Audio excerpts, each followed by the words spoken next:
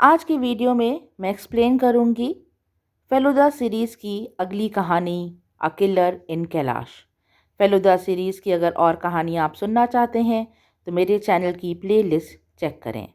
तो शुरू करते हैं कहानी अ किलर इन कैलाश, मेरी यानी गरिमा की आवाज़ में।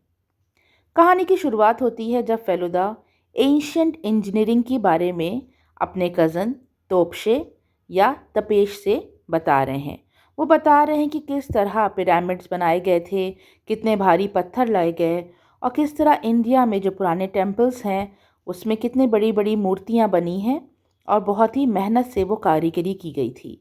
वो बताते हैं तोप्शे से कि उन्हें बहुत दुख होता है इस बात को जान के जब भी वो सुनते हैं कि मूर्तियों की तस्करी हुई या किसी ने कोई मंदिर को नाम लिख के या उसके ऊपर कुछ ऐसे तोड़ फोड़ के उसको बर्बाद किया है। इन लोग यही सब बातें कर रहे थे, तभी वहाँ पर इनके जो पड़ोसी हैं जिनका नाम सिद्धू है, जिनको ये लोग सिद्धू अंकल कह के बुलाते हैं, वो घबराए हुए वहाँ आते हैं। वो कुछ परेशान से लग रहे थे। वो कहते हैं कि काला पहाड़ जब एक बार काला पहाड़ नाम का एक डाकू था, वो जब बंगाल में एक बार मंदिरों को तबाह बर्बाद करता था, लगता है वो काला पहाड़ 1973 में फिर से जीवित हो गया है।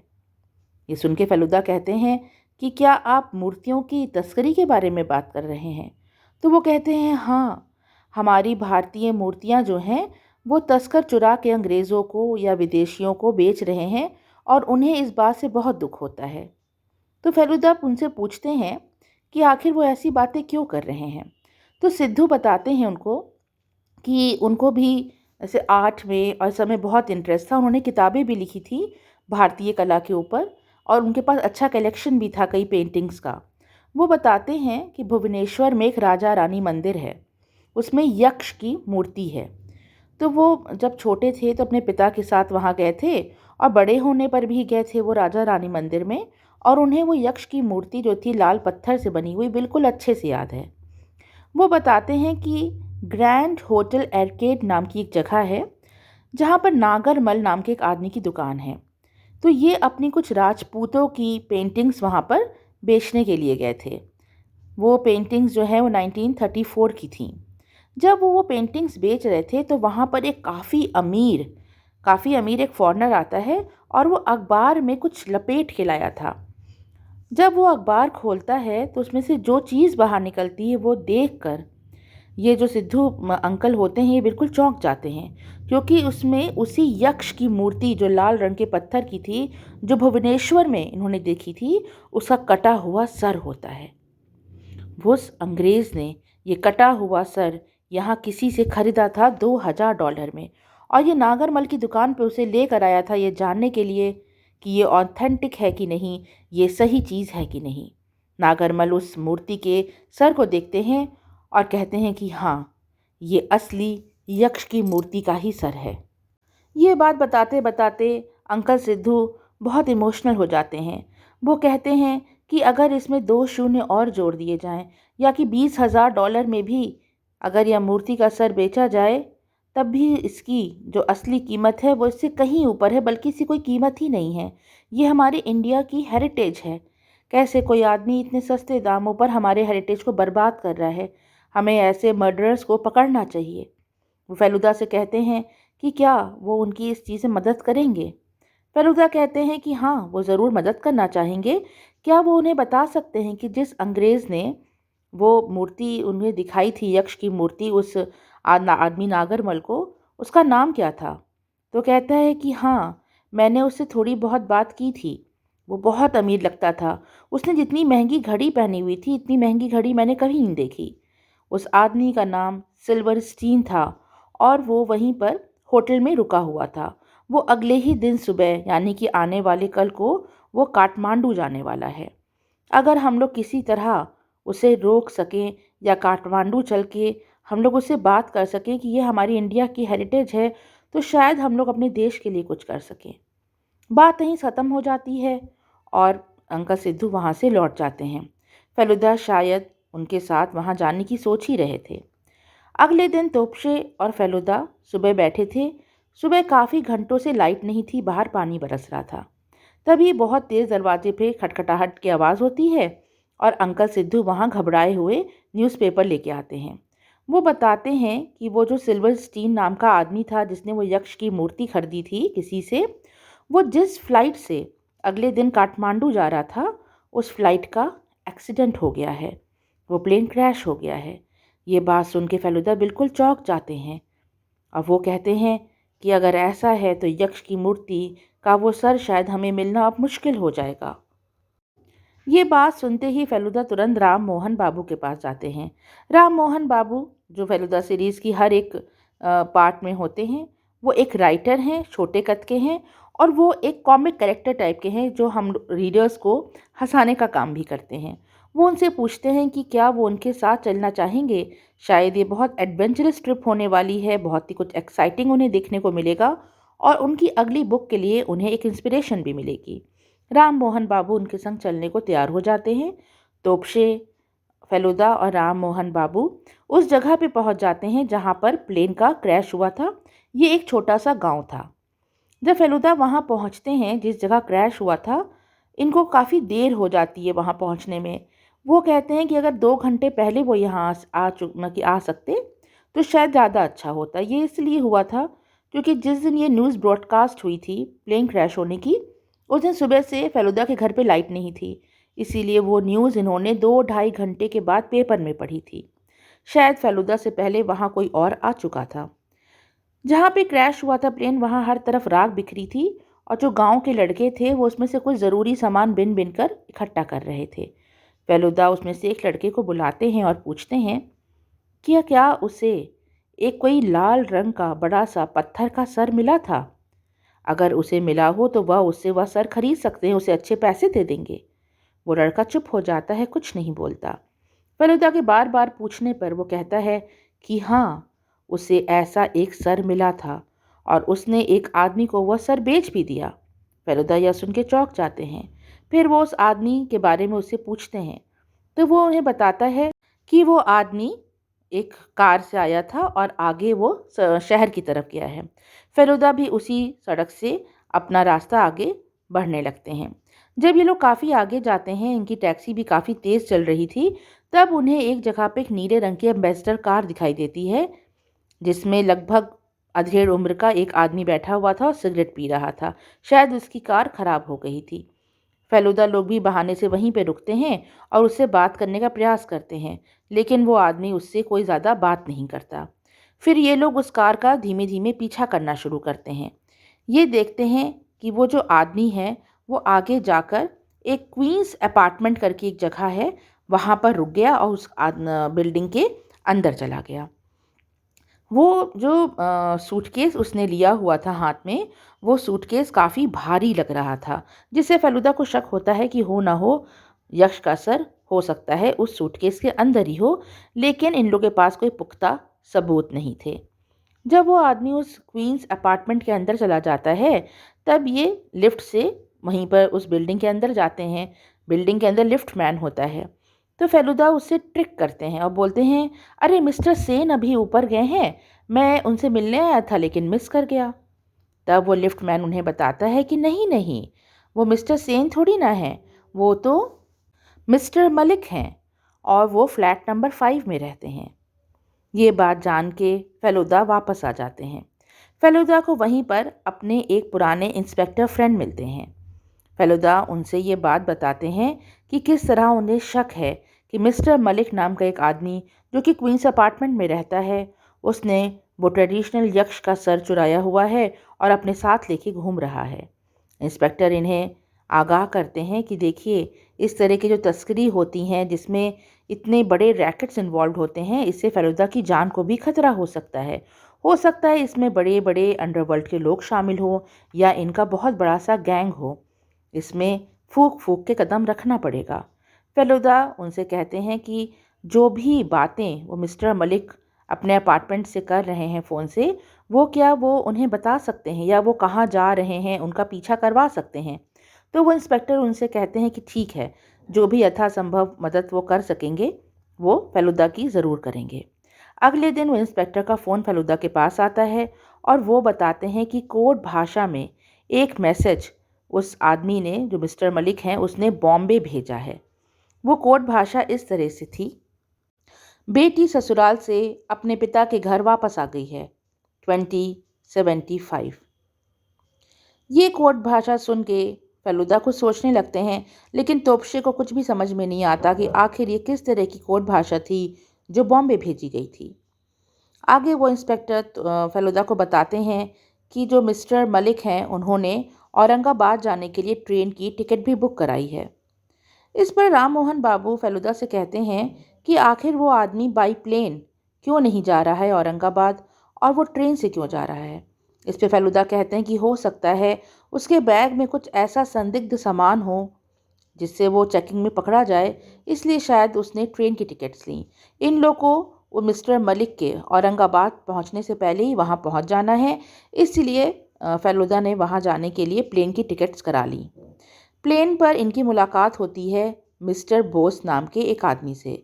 मिस्टर शुभांकर बोस बहुत ही पढ़े लिखे इंटेलेक्चुअल आदमी हैं और एक बहुत बड़ी यूनिवर्सिटी में प्रोफेसर हैं, जहां वो इंडियन आर्ट्स के बारे में बच्चों को पढ़ाते हैं।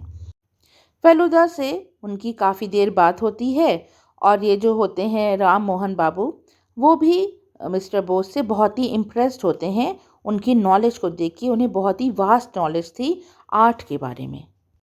बाय चांस ये जो फेलुदा जहाँ पर रुकने वाले थे, जिस गेस्ट हाउस में, मिस्टर बोस भी उसी गेस्ट हाउस में रुक रहे थे। राम मोहन बाबू ने एक चीज़ का ध्यान दिया था जब ये लोग चेकिंग कर रहे थे, जब इनके लगेज का वेट कराया जा रहा था, कि ये जो मिस्टर बोस थे उनका सूटकेस काफ़ी भारी था, लगभग 35 किलो का था। वो ये बात तोप्शे को बताते हैं कि आखिर मिस्टर बोस के सूटकेस में इतना भारी क्या होगा जिससे उसका वेट इतना ज़्यादा था। कहीं इनकी जो जांच है गलत डायरेक्शन में तो नहीं जा रही। कहीं ऐसा तो नहीं कि मिस्टर मलिक चोर नहीं, चोर असली चोर मिस्टर बोस हैं। उन्हें आर्ट की भी काफ़ी नॉलेज है। हो सकता है वो आर्ट और आर्किटेक्चर की प्रोफेसर की आड़ में शायद वो तस्करी का काम करते हों, लेकिन उनके बारे में भी कोई ठोस सबूत इन लोग के पास अभी नहीं है। फेलुदा मिस्टर बोस को बताते हैं कि वो एक फ़ोटोग्राफ़र हैं और वो हमेशा अपने गले में कैमरा टांगे रहते हैं। वो कहते हैं कि वो यहाँ पर जो अजंता एलोरा केव्स हैं, जो कि औरंगाबाद से बहुत ही कम दूरी पर हैं, उसकी फ़ोटोग्राफ्स लेने आए हैं। ये सारे मिलकर अजंता एलोरा केव्स देखने चल देते हैं और वहाँ पर फेलुदा लगातार राम मोहन बाबू की और तोप्शे की तस्वीरें खींचते रहते हैं। फिर ये कहते हैं फेलुदा कि तुम लोग केव्स देखो, मैं दूसरी तरफ जाके कुछ तस्वीरें खींचना चाहता हूँ। मिस्टर बोस भी इनके साथ थे। उसके बाद ये फेलुदा चले जाते हैं और तोप्शे, राम मोहन बाबू और मिस्टर बोस के साथ ये लोग केव्स देखते रहते हैं। अजंता एलोरा में जहाँ तक 34 केव्स बताई गई हैं। इन लोग 3-4 केव्स देख लेते हैं, तब तोप्शे कहता है कि फेलुदा आखिर कहाँ रह गए। फेलुदा तो पिक्चर्स क्लिक करने गए थे, उनको इतनी देर कैसे लग गई। तब ये बाहर जाके राम मोहन बाबू के साथ तोप्शे फेलुदा को ढूंढने लगता है। इन लोग केव नंबर 5 के पास जाते हैं, लेकिन फेलुदा का कहीं भी नामो निशान नहीं होता। तभी राम मोहन बाबू को जो सिगरेट पीते थे फेलुदा, उसका पैकेट ज़मीन पर गिरा दिखता है। वो 4 मीनार सिगरेट पीते थे। लपक के तोप्शे जो है जल्दी से वो सिगरेट का पैकेट उठाता है, लेकिन वो पैकेट खाली होता है, उसमें कुछ भी नहीं होता। वो पैकेट फेंकने ही वाला था, तब तक में राम मोहन बाबू कहते हैं कि रुक जाओ, उसके अंदर कुछ लिखा हुआ है। जब ये लोग सिगरेट खोलते हैं तो उसके अंदर छोटी सी कागज़ की स्लिप थी, जिस पे लिखा था, तुम लोग होटल वापस जाओ और वहाँ जाकर मिस्टर मलिक के आने का इंतज़ार करो। तोप्शे परेशान हो जाता है कि कहीं फेलुदा किसी परेशानी में तो नहीं है, लेकिन सुबह के 11 बजने वाले थे और अब किसी भी समय मिस्टर मलिक जो थे वो औरंगाबाद पहुंच सकते थे। तोप्शे का इस तरह से फेलुदा को अकेला कहीं छोड़कर वापस गेस्ट हाउस जाने का मन तो नहीं था, लेकिन वो उनके कही हुई बात को टाल भी नहीं सकता था। इसलिए वो राम मोहन बाबू के साथ वापस गेस्ट हाउस आ जाता है और वहाँ पर खिड़की से झांक के मिस्टर मलिक के आने का इंतज़ार करने लगता है। तभी वहाँ पर 2 कार आके रुकती हैं। एक कार में से एक फॉरेनर बाहर निकलता है, तो थोड़ा मोटा था और बहुत ही गुस्से वाला आदमी लग रहा था। साथ में एक और आदमी निकलता है जो बहुत ही लंबा था, जिसने बेल बॉटम पैंट पहनी हुई थी, उसके लंबे लंबे बाल थे और उसने एक लूज सी टी शर्ट पहनी हुई थी। उसका गेटअप बिल्कुल ऐसा था जैसे हिप्पीज़ का होता है। फिर दूसरी कार का दरवाज़ा खुलता है और उसमें से जयंत मलिक निकलते हैं। जयंत मलिक को देख के तोपशे बेचारा डर जाता है। उसे लगता है हो ना हो इसके बैग में ज़रूर वही मूर्ति का सर है जिसको ढूंढने के लिए इन लोग यहाँ पर आए हुए हैं। फेलुदा के बिना ऐसे भी तोपशे को बहुत डर लग रहा था। काफ़ी देर हो चुकी थी, फेलुदा का कहीं नामो निशान नहीं था।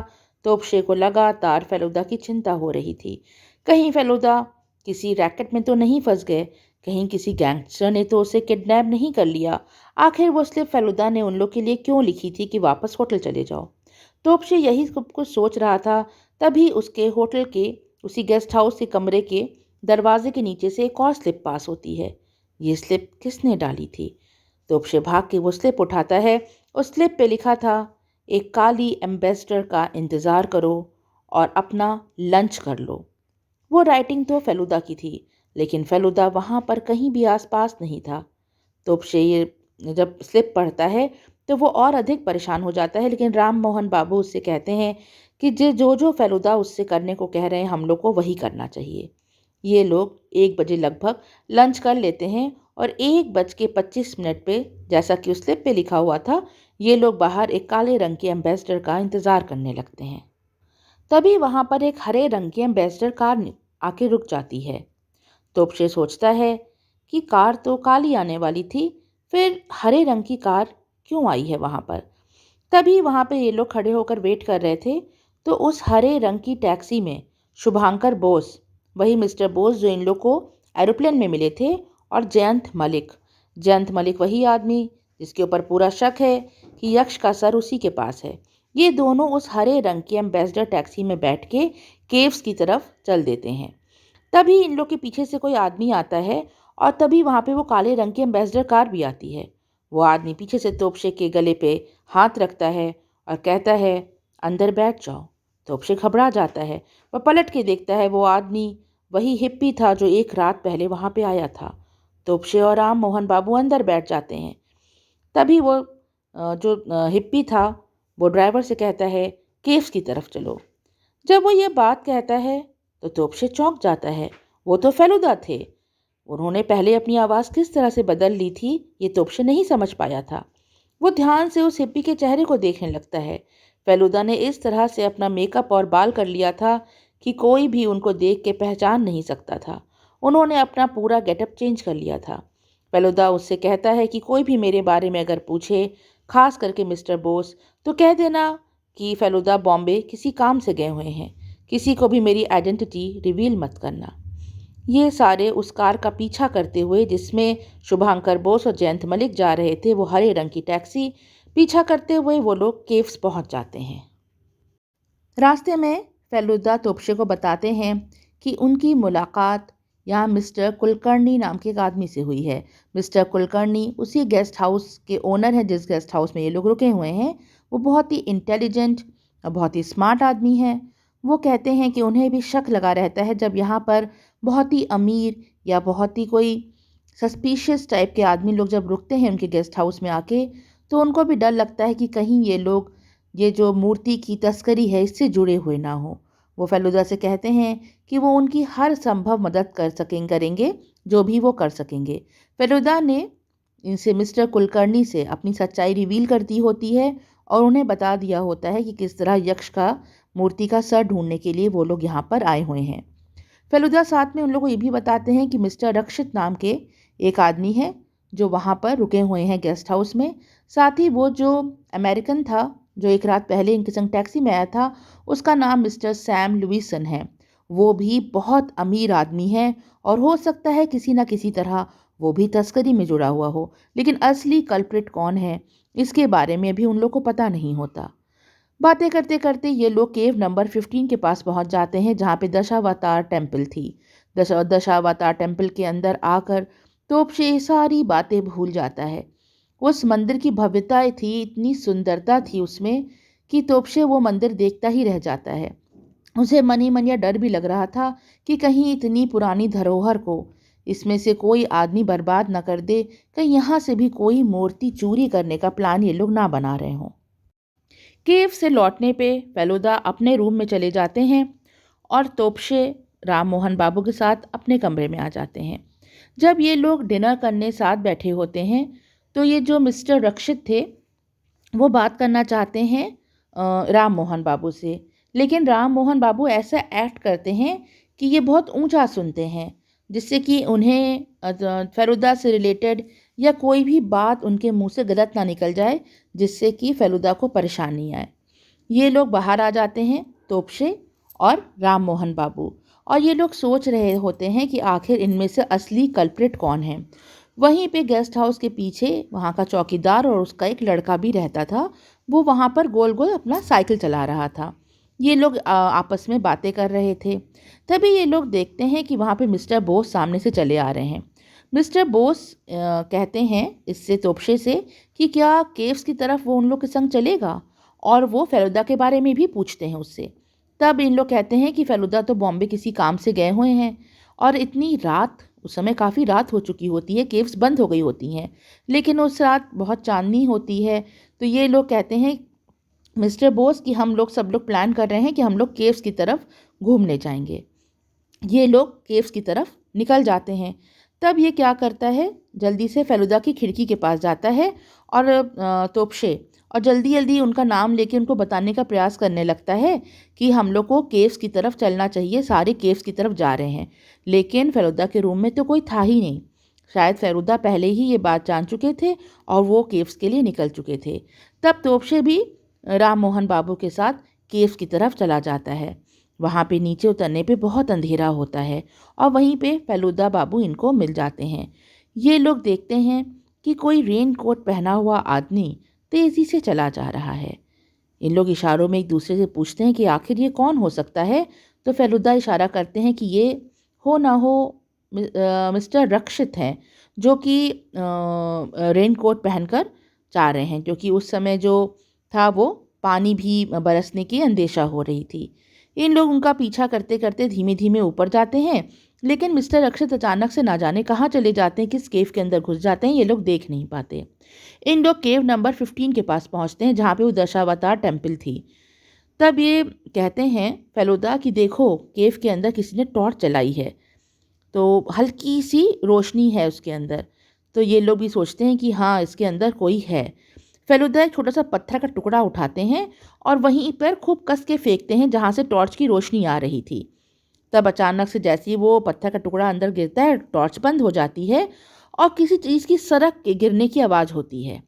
फेलुदा धीमे से अंदर जाके कोशिश करते हैं देखने की, लेकिन बहुत अंधेरा था, बहुत तेज़ बादल गरज रहे थे, इतनी तेज़ आवाज़ थी उसकी कि उनको कुछ सुनाई नहीं देता, शायद कोई पत्थर सरक के गिरा हो। तो ये लोग वापस अपने गेस्ट हाउस आ जाते हैं। जब ये लोग गेस्ट हाउस आ रहे थे, देखते हैं कि वहाँ पर गेस्ट हाउस की खिड़की खुली हुई है। जिसमें फेलुदा बाबू रुके थे वो खिड़की भी खुली हुई थी, और जो रक्षित बाबू का कमरा था उसकी खिड़की भी खुली थी। रक्षित बाबू के कमरे के अंदर कोई तेज़ी से टॉर्च घुमा रहा था, जैसे वो बहुत तेज़ी से कुछ ढूंढ रहा हो। लेकिन इन लोग के पास जाते ही वो टॉर्च की रोशनी बंद हो जाती है और वहाँ फिर से अंधेरा हो जाता है। अंदर जाने पे इन्हें कोई भी दिखाई नहीं देता। फेलुदा सोचने लगते हैं कि आखिर उस केव नंबर 15 के पास कौन था, वो पत्थर गिरने की आवाज़ कैसी आई थी। इसी सब चिंताओं से घिरे ये तीनों सो जाते हैं। अगले दिन सुबह जब इन लोग फिर से केव की तरफ जाते हैं तो वहाँ पर बहुत चहल पहल थी। आज वहाँ पर एक पिक्चर की शूटिंग होने वाली थी। ये देखकर फेलुदा को बिल्कुल भी अच्छा नहीं लगता। उनके जो केस का आगे रुख था वो इससे बहुत गड़बड़ा सकता था। उसमें इतनी भीड़ भाड़ में कोई भी बच के निकल सकता था। ये जो होते हैं राम मोहन बाबू, ये भी बहुत इंटरेस्टेड थे कि उनकी जो नॉवेल्स हैं वो लिखते हैं, उसके ऊपर वो एक बहुत ही एक्शन मूवी बनाए। राम मोहन बाबू बड़े ही इंटरेस्ट से वहाँ डायरेक्टर्स, प्रोड्यूसर्स के बारे में सबसे पूछताछ कर रहे थे। तभी वहाँ पर यूनिट में भगदड़ मच जाती है। केव नंबर 15 के पीछे एक आदमी की लाश मिली है। ये बात जानते ही फेलुदा वहाँ तुरंत पहुँच जाते हैं। पूरी यूनिट वहाँ से रफूचक्कर हो जाती है। वहाँ पर पुलिस आ जाती है। फेलुदा जाके देखते हैं तो नीचे काफ़ी गहराई में एक लाश गिरी थी। वो लाश किसी और की नहीं, मिस्टर शुभांकर बोस की थी। वही शुभांकर बोस जो प्रोफेसर थे, जो फेलुदा को प्लेन में मिले थे।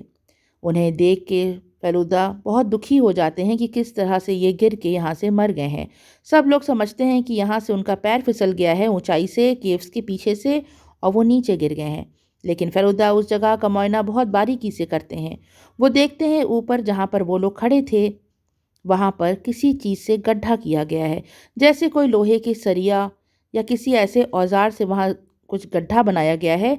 शायद उससे एक रस्सी बांधी गई हो और उस रस्सी से नीचे उतरने का कोई प्रयास कर रहा हो। शायद मिस्टर बोस ही यह प्रयास कर रहे हों और उनका पैर फिसल गया हो और वह गिर गए हों। लेकिन फेलुदा को इस चीज़ पे शक था, क्योंकि वो जो कोई भी औजार था जिससे वो नीचे उतरने की कोशिश कर रहे थे, वो वहाँ पे कहीं भी नहीं मिला था। अगर वो सच में वहाँ से गिरे होते तो वह चीखे होते। गार्ड ने वहाँ पर आवाज़ ज़रूर सुनी होती। फेलुदा भी उस रात वहीं पर थे, लेकिन किसी की भी चीख की आवाज़ उन्हें नहीं आई थी। इसलिए फेलुदा को यह शक होता है कि हो ना हो ये मर्डर है। शायद मिस्टर बोस कुछ ऐसा जान गए थे जो उनको नहीं जानना चाहिए था। शायद ये मूर्ति की तस्करी से रिलेटेड कोई बात होगी। फेलुदा वहीं पे रुक जाते हैं और जो वहाँ पे इन्वेस्टिगेटिंग ऑफिसर थे उनसे बातचीत करने लगते हैं।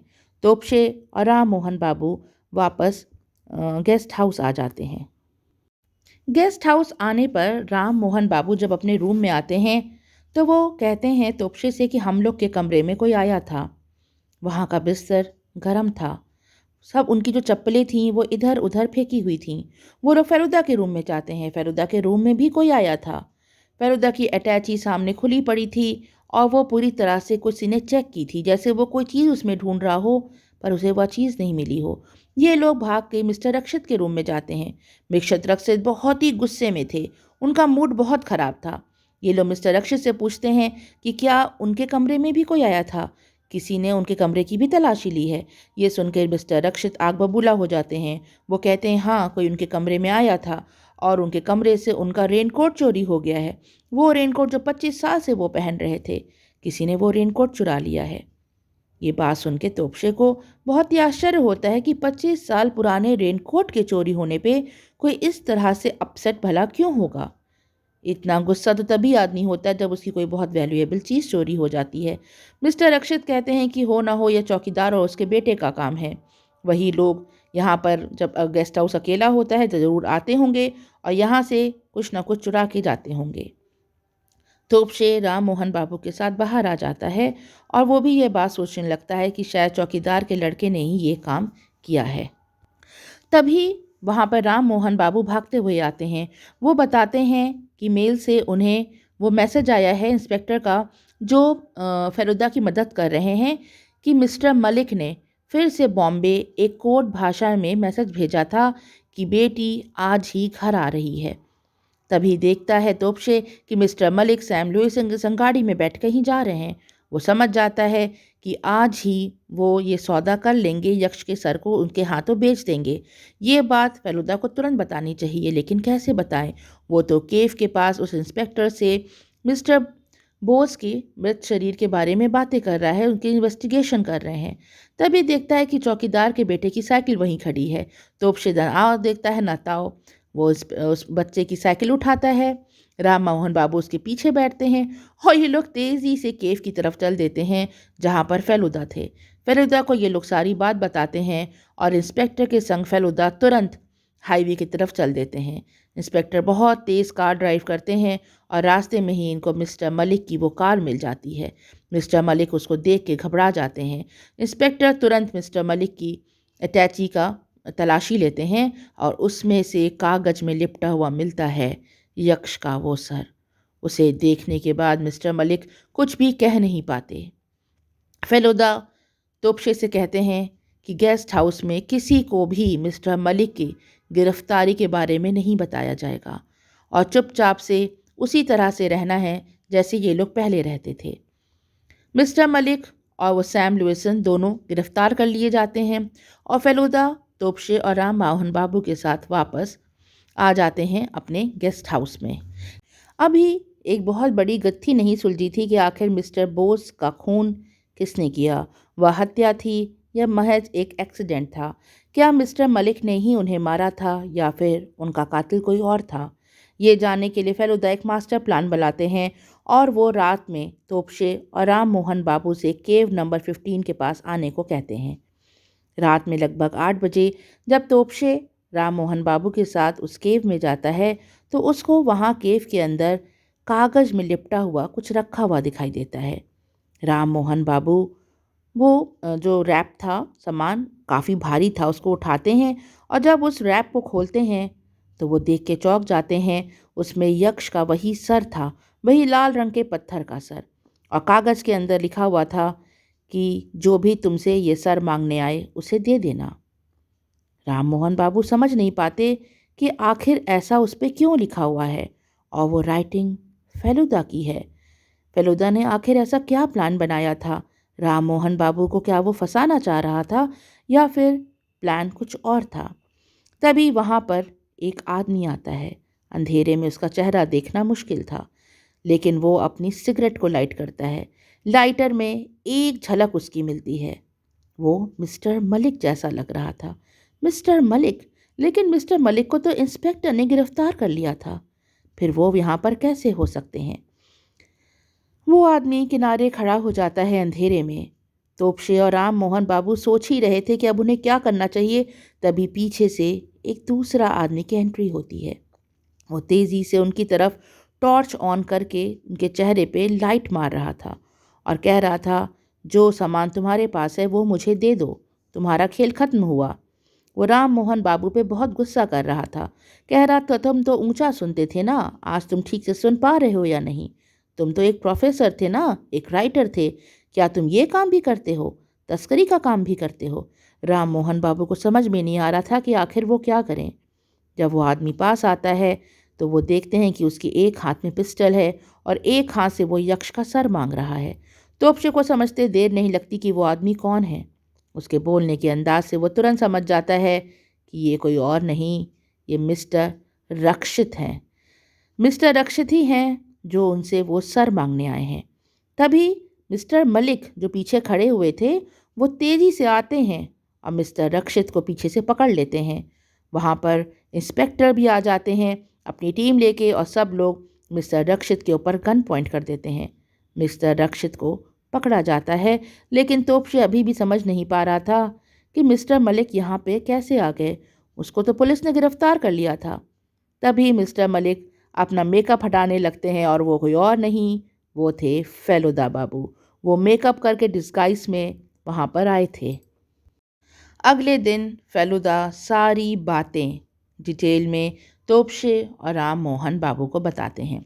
वो कहते हैं, जब मिस्टर मलिक को उस यक्ष के सर के साथ गिरफ्तार कर लिया गया था, तब मिस्टर मलिक उसे बताते हैं कि वो भी फेलुदा की तरह एक डिटेक्टिव एजेंसी के लिए काम करता है। उसने भी जब यह बात सुनी थी कि मिस्टर सिल्वरस्टीन, जिन्होंने वह यक्ष का सर खरीदा था, उसे भी गुप्त सूत्रों से वह बात मालूम पड़ी थी, उनके प्लेन का एक्सीडेंट हो गया है, तब वो फेलुदा से पहले ही वहाँ पहुँच के वह सर उससे खरीदना चाहता था, उस बच्चे से। लेकिन उस बच्चे से सर तो किसी और नहीं खरीद लिया था। उसका पीछा करते हुए ये जो मिस्टर मलिक थे ये भी औरंगाबाद आए थे, ठीक उसी तरह जैसे फेलुदा आए थे। मिस्टर मलिक जो थे वो बॉम्बे में अपनी एजेंसी को वो कोड भाषा में मैसेजेस करते रहते थे। वो भी फेमस होना चाहते थे, पैसा नाम कमाना चाहते थे। आज उनको वो यक्ष का सर मिल गया था, लेकिन वो यक्ष का सर उन्हें मिला कहाँ से था? वो यक्ष का सर मिला था उन्हें मिस्टर रक्षित के कमरे से। एक रात पहले उस केव के पास रेन कोट पहने हुए जो उन्हें मिस्टर रक्षित दिखाई दिए थे, वो वहाँ पर किसी मूर्ति को तोड़कर उसे चुराने के लिए गए थे। लेकिन बाय चांस मिस्टर बोस भी उस रात वहाँ गए हुए थे, चांदनी रात में केव्स देखने के लिए। मिस्टर बोस की प्रेजेंस में वो मूर्ति तोड़ नहीं पाए, और जब उन्होंने किसी तरह एक सरिया से मार के मिस्टर बोस को गड्ढे में गिरा भी दिया, तभी फेलुदा ने वहाँ पर एक पत्थर फेंका, जिससे वो समझ गए कि यहाँ पे शायद कोई और भी मौजूद है। इस तरह से मूर्ति तोड़ना इस समय संभव नहीं था और इसलिए वो वहाँ से चले गए। लेकिन मिस्टर बोस बिना किसी चीज़ के मारे गए। इधर मिस्टर रक्षित जब केव्स में चोरी के पर्पस से गए थे, तब उनका कमरा खाली पाकर मलिक टॉर्च लेके उन्हें कमरे में घुस गया था और बेतहाशा कुछ ढूंढ रहा था। जब फेलुदा वापस आए थे तब इन लोग को वहाँ पर टॉर्च की रोशनी जो इधर उधर घूमती हुई दिखाई दी थी, वो कोई और नहीं था, वो मलिक रक्षित के रूम की तलाशी ले रहा था और उसे वो यक्ष का सर मिल गया था। उसने वह यक्ष का सर चुरा लिया था।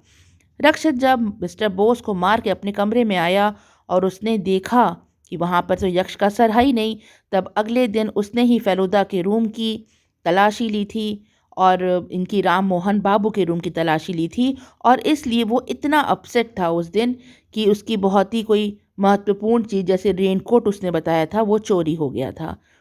उसका कोई भी पर्पस सॉल्व नहीं हो पाया था अभी तक। ना उसने कोई मूर्ति ही तोड़ी थी और यक्ष का सर जो उसके पास था वो भी चोरी हो गया था। मिस्टर मलिक या जो सर था वो चोरी करके वापस वो बॉम्बे जाते और अपनी जो वहाँ कंपनी जिसके लिए काम कर रहे थे उसको देते। फिर वो मीडिया में यह सर देती जिससे कि इनका बहुत नाम होने वाला था मिस्टर मलिक का कि उन्होंने इतनी बड़ी गुत्थी सुलझा ली है।